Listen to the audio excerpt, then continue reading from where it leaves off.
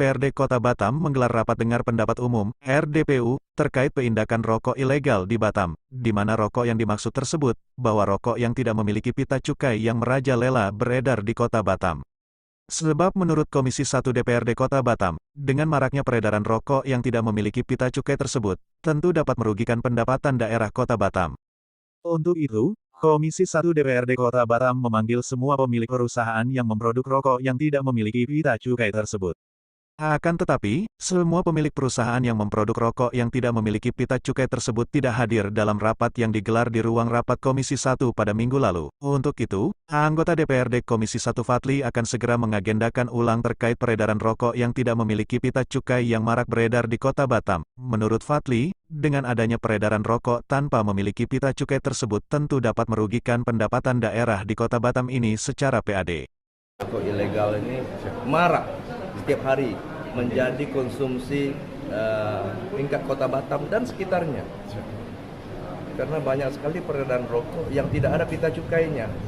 Yang jelas kebanyakan itu pabriknya di Batam.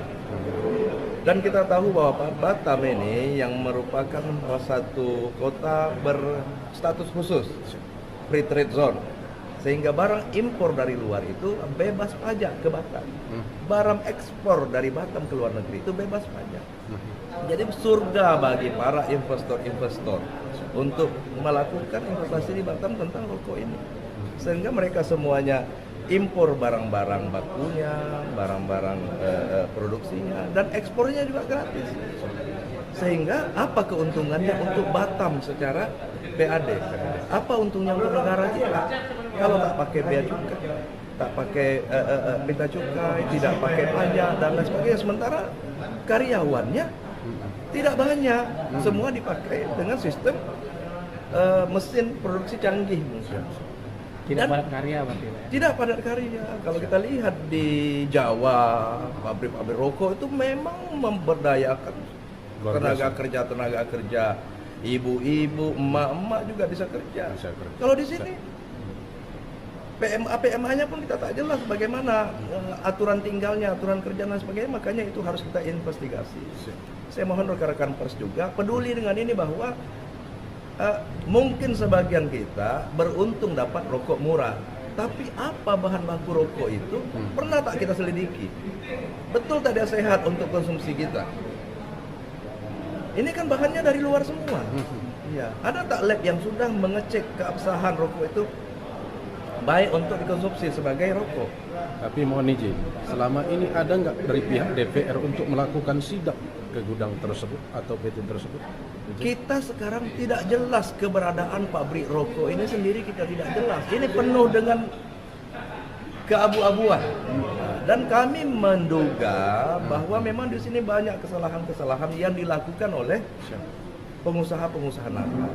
Yang jelas bagi kami, wakil rakyat Kota Batam adalah apabila investor masuk ke Batam, tentu keuntungannya bisa menyerap tenaga kerja sebanyak-banyaknya dengan gaji sesuai dengan UMK. Satu. Yang kedua adalah mendatangkan hasil PAD bagi Batam dan bagi negara kita. Kalau rokok tanpa pita yang beredar selama ini, itu tidak akan ada pemasukannya untuk kita semua. Sama sekali itu. Ya. Dan kita berharap pihak yang berwenang semua, ayo bersama-sama kita investigasi.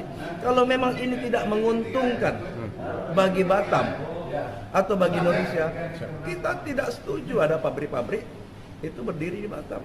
Kalau perlu izinnya kita pelajari, kalau memang harus kita tutup. Dengan mekanisme yang ada. Saya pikir itu karena apa? Karena rokok ini kan merugikan kesehatan. Betul tidak? Tapi karena konsumen rokok di Indonesia ini banyak, apa salahnya rokok yang kita beli rokok Indonesia, pita cukai Indonesia, menghasilkan setiap batang yang kita isap ada keuntungan untuk negara. Kalau yang ini menguntungkan pengusaha-pengusaha yang bukan pengusaha Indonesia, PMA dapat apa kita? Oleh karena itu, ayo sama-sama kita investigasi pabrik rokok ini. Kalau memang nakal, kita bina. Kalau tak bisa bina, kita binasakan. Berarti ada rencana bikin tim terpadu, Pak?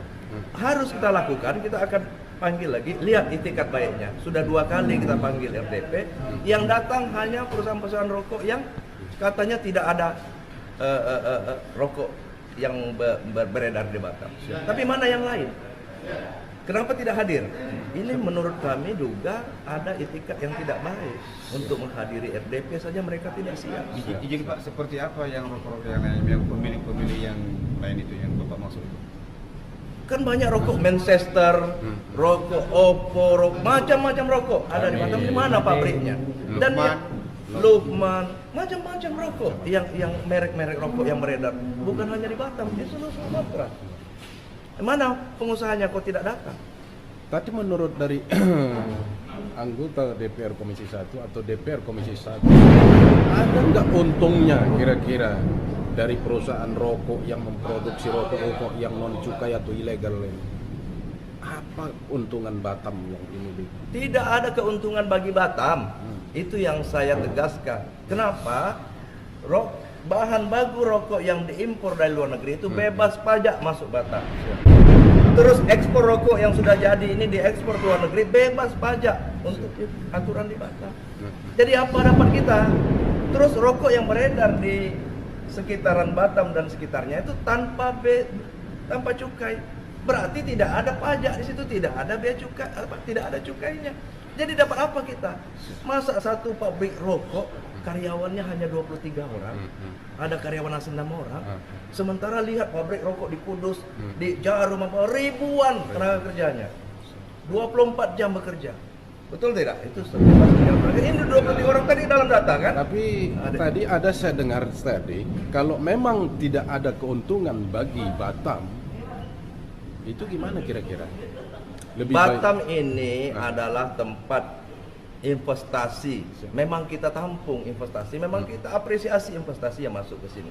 Tapi bagaimanapun seluruh pihak berwenang yang terkait perlu menginvestigasi. Investor yang masuk ke sini menguntungkan untuk Batam, menguntungkan untuk negara kita, please welcome. Tapi yang tidak, kalau lebih banyak mudaratnya daripada manfaatnya, dalam Islam itu hukumnya haram. Ayo kita selidiki lagi, ayo kita pikirkan bersama dengan seluruh stakeholder yang ada. Dari Gedung DPRD Kota Batam, jurnalis TV Ros Jihan Halid melaporkan dari Batam.